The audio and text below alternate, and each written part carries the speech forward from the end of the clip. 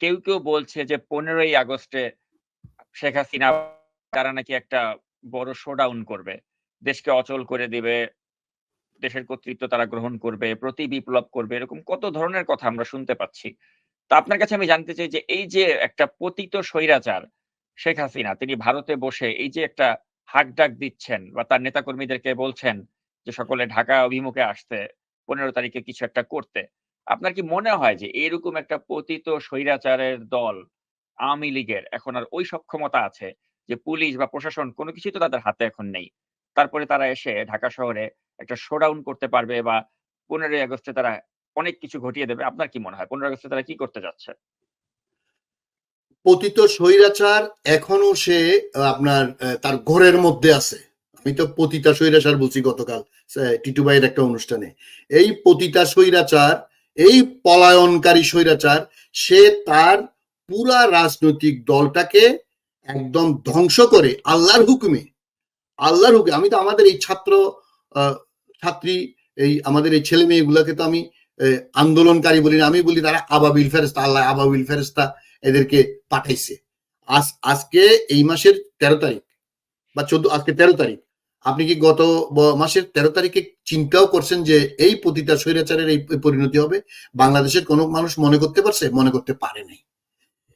আজকে এই যে তাদের পরিণতি, এইটা যে কত ভয়ঙ্কর পরিণতি, এইটা কিন্তু তারা এখনো উপলব্ধি করতে পারতেছে না।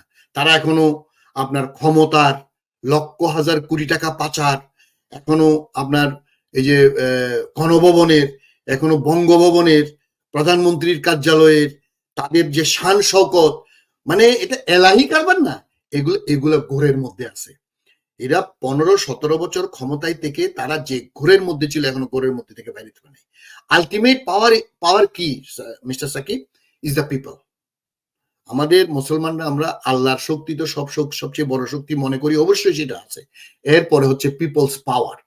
বাংলাদেশের ১৮ কোটি মানুষের মধ্যে কয়েক লক্ষ বাদ দিলে মুক্তিযুদ্ধের সময় যেটা আমরা বলতাম যে কিছু রাজাকার ছাড়া ৭.৫ কোটি মানুষের মধ্যে যদি আপনি ৫০ লক্ষ বাদ দেন, ৭ কোটি ছিল স্বাধীনতার পক্ষে। ১৮ কোটি মানুষের মধ্যে যদি আপনি এখন ৫০ লাখ ৬০ লাখ বাদ দেন, বাকি সব মুক্তিকামী মানুষ। এই মুক্তিকামী মানুষের বিরুদ্ধে এতদিন যে জগদ্দল পাথর, এই যে ব্রুটালিটি চালাইছে, প্রতিটা মানুষ জেগে উঠছে। আপনি চিন্তা করতে পারেন যে ওয়ার্ড লেভেলে, আপনার ইউনিয়ন লেভেলে পর্যন্ত সব পালায়া চোরের মতো একদম নিশ্চিহ্ন হয়ে গেছে আওয়ামী লীগ। কেউ কথা বলতেছে? দুই একজন ছাড়া। আপনি এই যে গোপালগঞ্জে কয়দিন দেখলেন কতগুলো গুন্ডা করছে। আর ১৫ই আগস্টে তাদের যে প্ল্যান, এটা প্ল্যান সি, আপনিও মনে হয় লিখছেন, আরো অনেকে লিখছে। প্ল্যান এ শেষ, প্ল্যান বি হ্যান্ড, প্ল্যান সিটা কি? প্ল্যান সিটা হচ্ছে মাইনরিটি কার্ড, সাম্প্রদায়িক কার্ড, যেটা একটু আগে আমি বললাম। এরা আমাদের হিন্দু ভাই বোনদেরকে নামিয়ে ওখানে ছাত্রলীগ, স্বেচ্ছাসেবক লীগ, আওয়ামী লীগ, গুন্ডা লীগ, এরা ভিতরে ঢুকে যে বিশ্বকে দেখাইতে চাচ্ছে যে বাংলাদেশে রিভলিউশনের নামে, আওয়ামী লীগকে টপল করার নামে, শেখ হাসিনাকে দৌড়ানোর নামে এখানে সাম্প্রদায়িকতা, বিশেষ করে ওয়েস্টকে দেখার জন্য। কারণ ওয়েস্ট আবার এই মাইনরিটি নিয়ে খুবই উদ্বেগ প্রকাশ করে সব সময়। এটা ঢাকা এবং চট্টগ্রামে বিশেষ করে দুইটা এলাকায় তারা হিন্দু ভাইদেরকে নামিয়ে দিয়ে চট্টগ্রামের চেরাগি পাহাড়, ঢাকায় শাহবাগ। কিন্তু এই কার্ড ভেরি লজিক্যালি এবং ভেরি আমি বলবো নেচারালি এটা হারতে বাধ্য এবং হেরে গেছে, এবং টুকিটাকি এখনো যা আছে এগুলো হেরে যাবে। কেন হেরে যাবে? কারণ বাংলাদেশের মানুষ যেমন বুঝে, সারা বিশ্ব তেমন বুঝে। আপনি দেখেন ভারতের মিডিয়া, পশ্চিমবঙ্গ এবং দিল্লির যে মিডিয়া বা মুম্বাইয়ের যে মিডিয়া, বাংলাদেশ সম্পর্কে ন্যূনতম আইডিয়া নাই। আমি গতকাল চন্দন নন্দীর সাথে কথা হয়েছে আমার। চন্দন নন্দী আমাকে বলে যে এদের মিডিয়া আমাকে ফোন করে জিজ্ঞেস করে, can you tell us what is happening in Bangladesh, because that don't know. তারা মনে করে Bangladesh is a state like Bihar, মানে ইন্ডিয়ান বিহারের মতো মোস্ট অনুন্নত একটা দেশ, এখানে আমরা সব জঙ্গি। মানে that they think that Bangladesh is a nothing which is the country of Jongis because we are Muslim. তাদের সাইকোটা এত খারাপ যে বাংলাদেশে এত বড় একটা দেশ, এখানে যে আমাদের কত ভালো কিছু হওয়ার কথা ছিল, কত ভালো কিছু হচ্ছিল, এই তাদের পণটা, তাদের এই চতুর্থ শ্রেণীর মহিলাটাকে তারা ইনস্টল করে আমাদের যে সমস্ত সম্ভাবনা ধ্বংস করে দিছে। এই যে আমাদের নুরুল কবির সাহেব যে কথাটা বলতেন যে ভারত আমাদেরকে উঠতে দেওয়া মানে তাদের 36টা এথনিক জাতিকে উত্থান করা, এটা তারা মনে করে। বিকজ অফ দ্যাট রিজন তারা সব সময় আমাদেরকে দমিয়ে রেখে তাদের একটা মুখ্যমন্ত্রীর মতো একটা অপদার্থ হাসিনাকে ক্ষমতায় রেখে, এই যে তাদের মনে করেন সাউথ এশিয়ান পলিসি বলেন, ফরেন পলিসি, যে কি পরিবার মার খাইছে। কেন মার খাবে না? কারণ তারা গায়ের জোরে, তারা ইচ্ছা করে আমাদেরকে মেলাইন করে, আমাদেরকে ছোট করে যে রাজনীতি করে। এবং এই যে 15ই আগস্টের কথা আপনি যে বললেন, 15ই আগস্টে তারা আসবে এবং ভারত ইনিয়ে বিনিয়ে চিনিয়ে আমাদেরকে মানে বুঝাইতে চাচ্ছে শেখ মুজিব অমুক, হাসিনা অমুক, আওয়ামী লীগ অমুক। এই যে আপনার এই যত রকমের থিঙ্ক ট্যাঙ্ক আছে, তারা মানে এই যে 71-এর আওয়ামী লীগ ছাড়া আর কেউ ছিল না, এই যে হাসিনা ছাড়া কেউ নাই, শেখ মুজিব একটা প্রফেটিক ফিগার, একটা সেন্ট ফিগার। এই যে এই সেন্ট গুলাতে আমাদের এই জেনারেশন ভালো করে চিনে, তাদেরকে যখন নিশ্চিহ্ন করে দিছে, তাদের স্ট্যাচু গুলোতে রাতারাতি শেষ করে দিছে। কেন শেষ করে দিছে?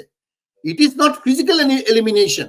শেখ মুজিব তো 75-এর 25 জানুয়ারি রাজনৈতিক তার ডিস্ট্রয় হয়ে গেছে, কবর হয়ে গেছে।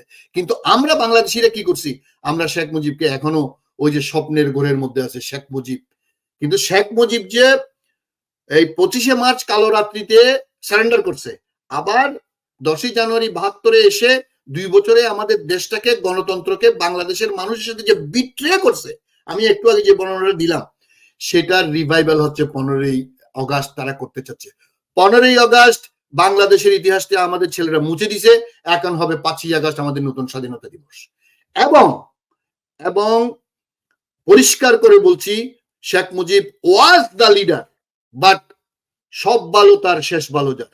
শেষে Sheikh Mujib has become the enemy, a traitor of Bangladeshi people. And finally his daughter Sheikh Mujib একটা বাকশাল করছিল only for 8 months, জানুয়ারি থেকে অগাস্টে এলিমিনেট হয়ে গেছে ফিজিক্যালি। কিন্তু একজন মানুষকে হত্যা করলে সে রিভাইভ করে সিম্পেথির কারণে, সেই রিভাইভাল শেখ মুজিবের হয়েছে। But this time our new generation did the wonderful right thing, এবং তার political elimination, she herself, Hasina herself did the thing for which Awami League will be eliminated politically.